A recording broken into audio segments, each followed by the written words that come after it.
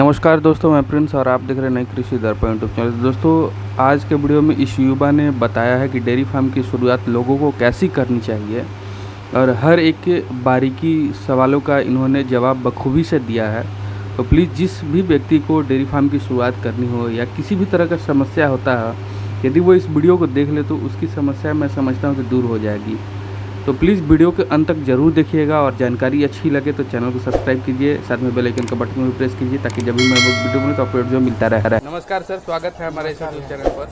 नमस्कार। सबसे पहले आप एक अपना छोटा सा परिचय दे दीजिएगा। मेरा नाम नीतीश कुमार उर्फ सोनू हुआ। मेरा घर है खगड़िया जिला में, स्टेशन से 2 किलोमीटर हट के चंद्रनगर रामपुर पंचायत है। अब नगर पालिका में आ चुके हैं। अब तो मैं जानना चाहता हूँ आपसे कि ये डेयरी फार्म का लाइन आपने क्यों चुना और इसका आपको ट्रेनिंग कहाँ से मिला, ये थोड़ा सा आप बताएंगे। ऐसे देखिए, मैं पहले से भी वर्कर हूँ। 2011 में गुजरात में जाके ट्रेनिंग किया अहमदाबाद में। और उसके बाद जाके फिर उस समय पापा भी पहले गाय भी पालते थे, 10 लीटर 12 लीटर वाली गाय सब पाल रहे थे। तो मेरा इच्छा हमेशा हुआ कि पहले सारे लड़के का देखते थे जॉब हो जाता था, कुछ ना कुछ पढ़ाई करता, किसी का नहीं हो पाता। तो एक बात हम सोचे कि अगर जॉब का किसी को नहीं अगर हो पाता है तो आगे वो किस तरह अपना घर चला सकेगा। इसके लिए हम पापा जो काम करते थे उसी को हम सोचे कि इसी को आगे बढ़ाते हैं। और फील्ड का जो अनुभव है, इलाज वगैरह सब खुद अपने से कर लेते हैं, एआई भी कर लेते हैं। तो सोचिए अगर इस गाय में अगर मेहनत करेंगे तो इसी से मुनाफा निकाला जा सकता है और अच्छे से एक बेरोजगार ना रह के एक रोजगार अपना घर का होगा। मतलब मोटिवेशन आपको कैसे मिला? मोटिवेशन बोले तो मतलब करने की इच्छा कैसे जागृत हुई अंदर से? क्योंकि हो सकता है ये तो कच्चा सौदा है, सभी हम जानते हैं, हो सकता है इसमें नुकसान भी हो जाए। तो इस तरह का मोटिवेशन आपको कहाँ से मिला? देखिए, कहने का मतलब हम खेती से अच्छा इस गाय को समझते हैं। अच्छा। जैसा कि खेती में भी नुकसान होता है, अगर एक फसल हुआ तो एक फसल नहीं हुआ। अब कच्चा सौदा जरूर है, लेकिन घाटा मुनाफा तो सारे बिजनेस में लगे हुए रहता है। लेकिन इस गाय में सारा बचपन से जैसे देखे हैं तो थोड़ा उतार चढ़ाव होता है। आदमी का भी जिंदगी में उतार चढ़ाव हमेशा है। लेकिन इस गाय में अगर अच्छे से मेहनत किया जाए तो 2 वक्त का रोटी कोई नहीं काट सकता है। अच्छा जी। तो व्यावसायिक रूप से आपने कब इसकी शुरुआत की? क्योंकि आपके घर में तो पहले से था। जी। तो व्यावसायिक रूप से आपने कब इसका शुरुआत किया? ऐसे कहा जाए तो लगभग तकरीबन 1.5 से 2 साल में इधर जानवर का संख्या खुद बढ़ा है। पहले घर था, घर पे थोड़ा छोटा सा द्वार था, वहाँ पे एक गाय रखा करते थे जिससे कि घर में अपना दूध भी खाते थे, थोड़ा बहुत बेच भी लिया करते थे। जी। तो धीरे धीरे उसमें देखे 2-4 हज़ार 5 हज़ार मुनाफा एक गाय से होने लगा। अच्छा दूध वाली गाय मेरे पास रहने लगी।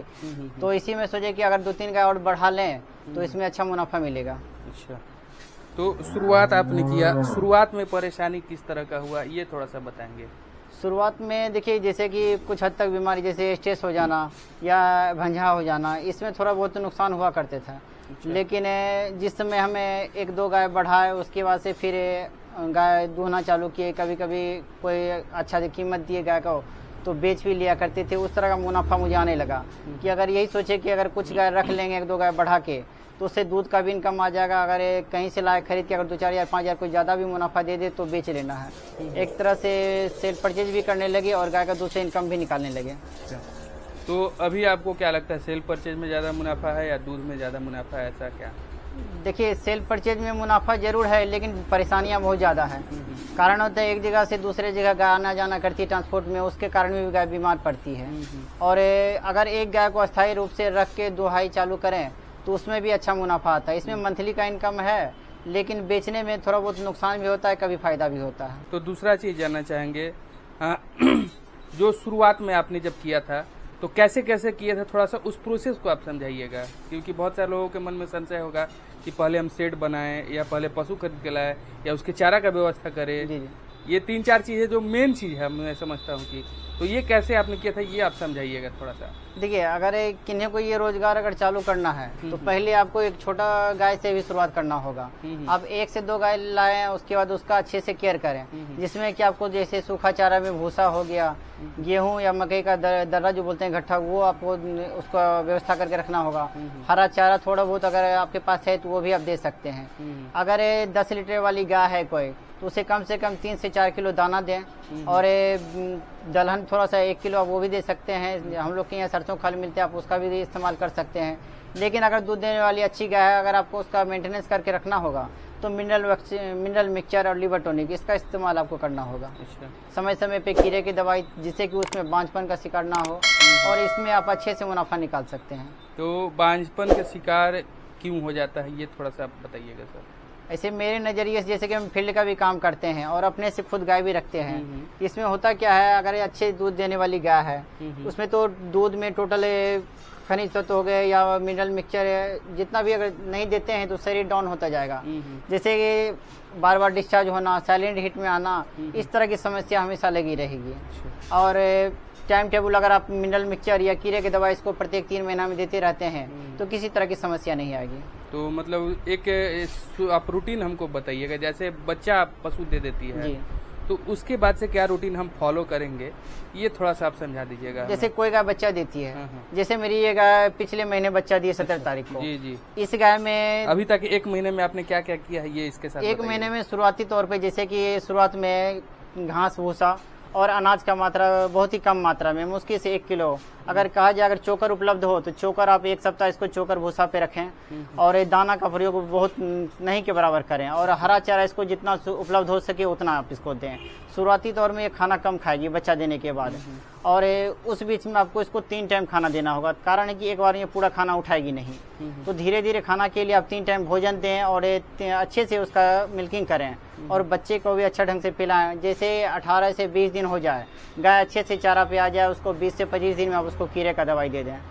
ठीक 1 दिन बाद से इसको लिवर टॉनिक चालू करें और मिनरल मिक्सचर चालू कर दें। तब होगा क्या, 60 से 90 दिन के बीच में गाय ये पूर्ण रूपेण हिट में आएगी और साल में 1 बच्चा पाएंगे आप। तभी जाके आप इससे अच्छा मुनाफा ले सकते हैं। तो 20 से 25 दिन में बच्चे को डिवार्मिंग कराएंगे कि पशु को? कहना भूल गया, बच्चे को भी आप 15 से लेके 20 दिन के बीच में आप इसको 15 ml अल्बेंडाजोल और उस जो 15 ml शेष बच्चे 30 ml का फाइल आता है वो 15 ml आप 1 सप्ताह बाद दे सकते हैं।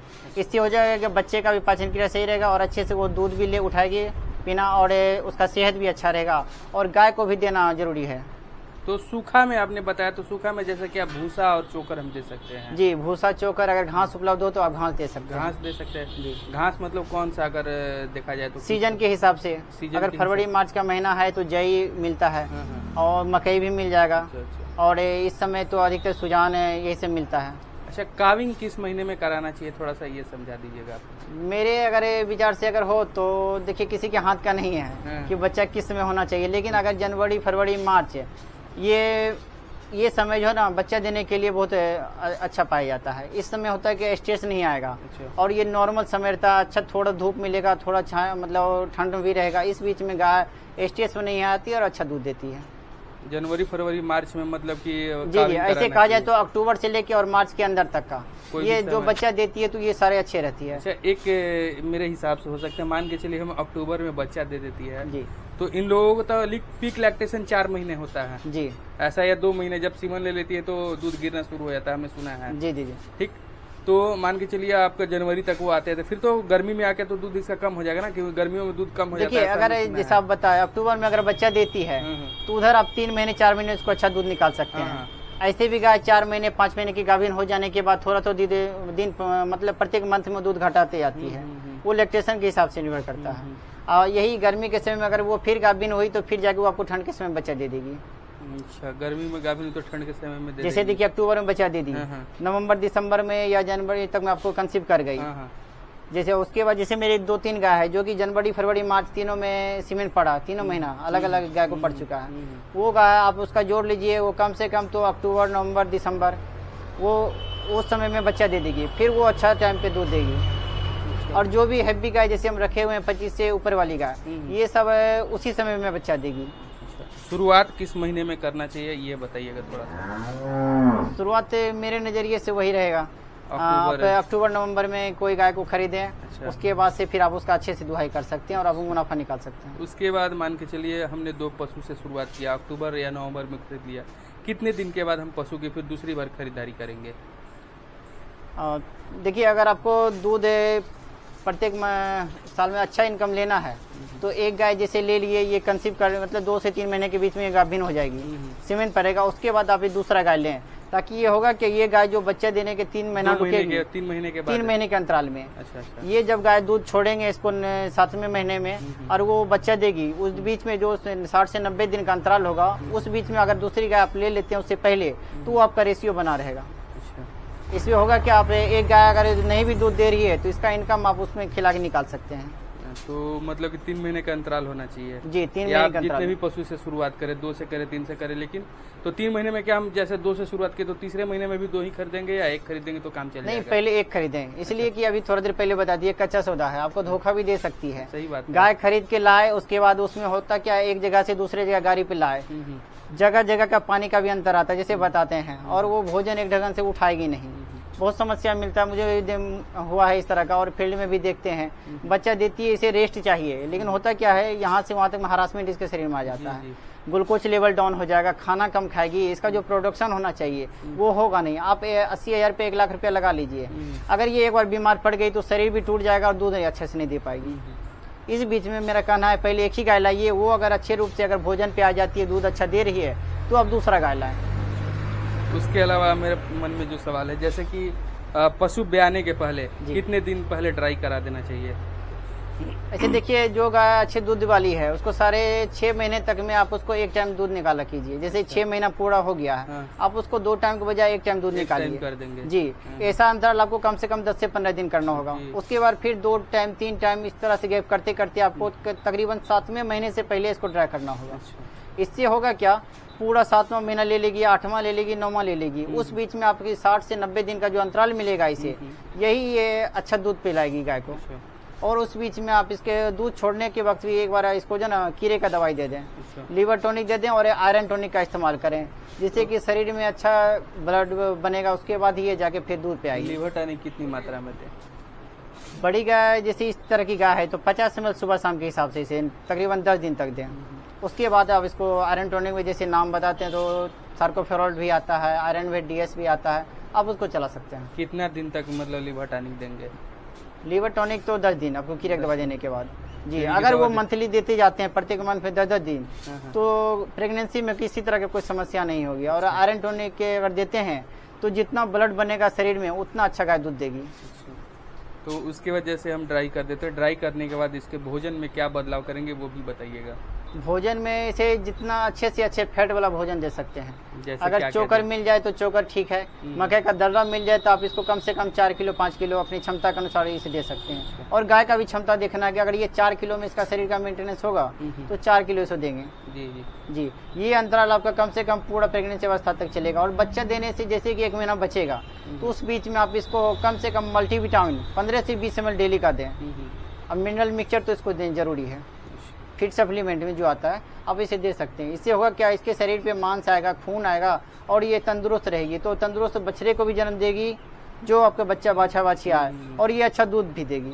इससे होगा कि आप इससे मुनाफा ले सकते हैं। अगर ये गाय आपके यहाँ 20 लीटर दूध दी है तो अगले चल के जरूर है कि 23-24 लीटर दूध देगी। अच्छा, तो दूसरी चीज़ जानना चाहेंगे, जैसे कभी कभी ऐसा होता है कि बच्चा देते समय बच्चा फंस जाता है, जी जी, जेर फंस जाता है, तो उस थोड़ा सा वो परेशानी के बारे में बताइएगा कि कैसे हम उससे निजात पा सकते हैं। जी जी, इसीलिए कि देखिए हम लोग का फील्ड में हम लोग भी नॉलेज किसी को देते हैं कि आप अगर मल्टीविटामिन का इस्तेमाल करते हैं तो गाय आपकी तंदुरुस्त रहेगी, गाय अंदर से कमजोर नहीं रहेगी और बच्चे को अच्छे से जन्म देगी। अगर खुदा कहते अगर बच्चा फंस जाता है निकलने में तो पहले आपको कोई एक्सपर्ट आदमी का मतलब सहयोग लेना होगा। जी जी, आसपास के एरिया में आप किसी कोई एक्सपर्ट आदमी है या डॉक्टर हैं जो कि बच्चे को अच्छी तरह से निकाल सके और सावधानी से, ताकि बच्चे को भी नुकसान ना हो ना गाय किसी को नुकसान आए।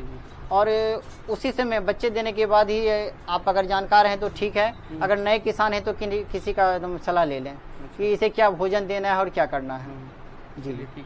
और जेर फंसता है तो उस समय में क्या करेंगे सर? देखिए, बच्चा जब देती है ना तो आप उसे क्या करें, तुरंत में जैसे बच्चा दी आप 2-3 लीटर हल्का सुसुम पानी ले लें, 100 ग्राम हल्दी का पाउडर ले लें और शक्कर ½ kg, और 400 kg अगर बॉडी वेट से ऊपर है तो कम से कम तो 1 किलो के अनुसार शक्कर ले लें, मीठा गुड़ जो होता है, उसके बाद उसे सुसुम पानी और 100 ग्राम हल्दी पाउडर के साथ में इसे तुरंत पिला दें।